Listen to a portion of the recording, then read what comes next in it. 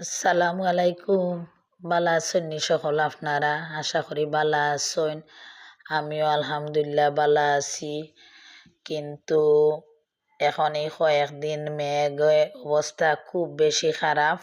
পানি খুব বেশি বাড়ছে। আমরা উসমানীনগরের অবস্থা একটু দেখিলেও আপনারা সকলে ওই দেখোকা এটা আউরোর সাইটে একটু মানে ইদিকর রাস্তা ছোট ব্রিজ হল আছে এটা সব তা ফানিয়ে ডুবাই লিছে।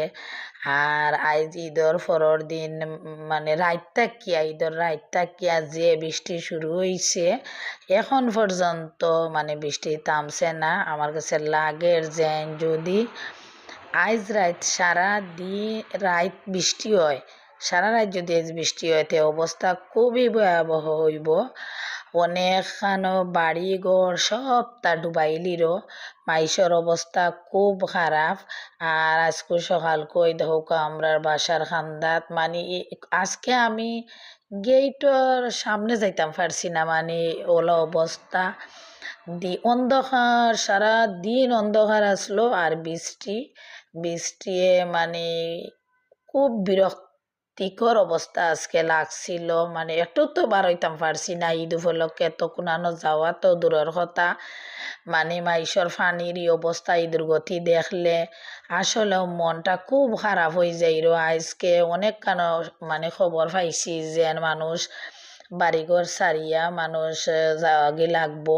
অনেকে বাড়িঘরের মানে জিনিসপত্র মায়ায় অনেকে যাইতে পারেন না বা কমে যাইবনি পানি আইবনি এরকম চিন্তাধারা করিয়া অনেকেও বাড়িঘর ছাড়তে চাইরা না। কিন্তু অনেকে বিপদর লাগি বাড়িঘর ছাড়তে বাধ্য হইরা ও অবস্থাতে আমরা উসমানীনগর লাগি আপনারা সকলে দোয়া করবা। অনেক কানো কিন্তু পানি খুব বেশি বাড়ের আওয়ার সাইটে যারা আছেন এরার অবস্থা খুব খারাপ। আর আমরা এই সাইটে বৃষ্টিদের কিন্তু কোনো পানি টানি এখন পর্যন্ত আমরা সাইটে বেশি নাই, তাই একটু দূরে বাট উসমানীনগরও মানে পানি আছে কিন্তু আমরার সাইটে নাই। আমরা যে এলাকা তাকরাম বা আমার বাসা যেন ইনর খান্দাত কোনো পানি নাই, একটু দূরে পানি খুব বেশি আছে। আর মেঘ তো আজকে ছাড়ছেও না হলো অবস্থা। তে এখন দেখি লৌকা সিলেট শহর ওর কিছু পানি আপনারা দেখায় রাম কালকে রাত্রে তাকিয়া অবস্থা খুব খারাপ। এখানে উপশহরের সাইট আপনারা দেখাইরাম। ওই দেখোকা উপশহরের অবস্থা কিতা বাসা বাড়িত পানি উঠি যাব, অনেক উঁচা যারার বাসা ওখানেও পানি উঠি যাইব। আর কারেন্টর লত সব তা আমার কাছে লাগে আজকে রাত্রে যদি পানি বাড়ে অনেক কিছু কিন্তু পানির নিচে যাইব কি কেন আবার খুব বিপজ্জনক অবস্থা দাঁড়াইব। তেও সিলেটবাসীর সকলেও একটু সতর্ক তারা থাকতোই বা রাত্রে যে কোনো সময় বাসা বাড়ির ভিতরে পানি ঢুকি যাইব বাচ্চা কাচ্চা লইয়া তারা কুনানো যাইতো। অনেকে অনেক বিপদও আসন, অনেক পানি সার লইয়া কুনানো যাইবা। বাট ফ্রিজর মাঝে অনেক কিছু মাইসর মাছ মাংস আছে এটাও সব নষ্ট হয়ে যাব যদি পানি মানে ইলা বাড়তে থাকে তে তো মানে কারেন্ট না থাকার সম্ভাবনা খুব বেশি থাকবো। বিশেষ করে সিলেট শহরের অবস্থা খুব খারাপ। আর ওই দেখো কি জাত অবস্থা মানে এখানে সব সময় গাড়ি ঘোড়া চলাচল করতো আর এখন কই কান পানির নিচে সপ্তাহ। তো এটা পানি দেখে আসলেও খুব খারাপ লাগে। অনেক আত্মীয় স্বজন সব সিলেট শহরও আছেন তারার লাগেও খারাপ লাগে, তারা যে কিতা করবা জানি না।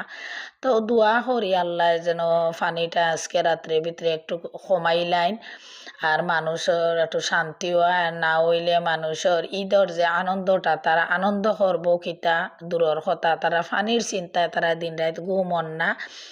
আর অনেকে মানে কুরবানি পর্যন্ত অনেক দিতা পারছেন না ঈদের দিন ঠিক মতো, হয়তো পরে দিবা অনেকে অনেকে দিছেন মেঘ বৃষ্টিতে ভিজিয়া, কিন্তু পানির যে অবস্থা অনেকে কিন্তু দেওয়া সম্ভব হইছে না। পানির লাগিয়া সব গরো বন্ধে কেউ বারইতে পাররা না। আর বাচ্চা কাচ্চা হলো লাগি তো অনেক বিপদ, কারণ সব সময় তারা এখন বন্দি করিয়া রাখো এরও না, তারা বারইলেও পানি অনেক সময় অনেক দুর্ঘটনা ঘটে। বাইশর বন্যা তো অনেক দুর্ঘটনা ঘটছে, তো দোয়া করি আল্লাহ হেফাজতে রাখতা সব মানুষরে, আমরাও সব হেফাজতে থাকতাম। ওই দেখো কি অবস্থা পানির, এটা আসলেও খুব ডর করে, এটা দেখিয়া খুবই ডর করে। কেন তো আমরা মানে সরাসরি গিয়া যেন কেটা করতাম এটা নাই, আমরা দূর থাকিও দেখি আমরা ডর করে। তো দোয়া করবা সকলে। আসসালামু আলাইকুম।